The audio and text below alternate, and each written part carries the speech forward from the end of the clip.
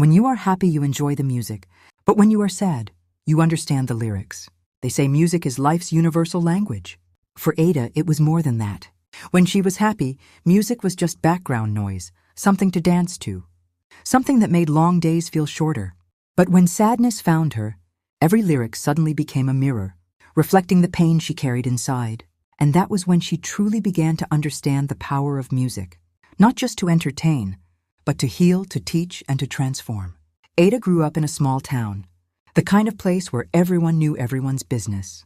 She was known as the girl with the loudest laugh and the quickest dance steps. To her, life was simple. Songs on the radio were just beats and melodies, an excuse to sway her hips, to clap her hands, to lose herself in joy. She never thought much about what the artists were saying. But life, as it often does, shifted.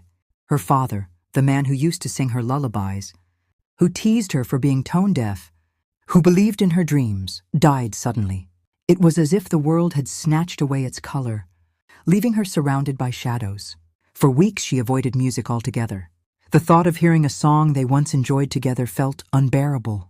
One afternoon, while sorting through his old belongings, Ada found a cassette player. Inside was a tape, dusty and forgotten. She pressed play, and a song filled the room. It was a song she had heard many times before, but this time the words hit differently. The lyrics spoke of loss, of longing, of trying to live without someone whose absence feels like a wound.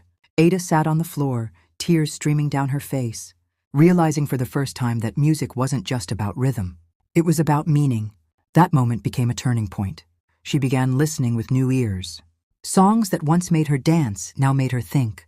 Lyrics she once ignored now comforted her, whispered to her, held her hand in the silence of her grief. Through music, she discovered she was not alone.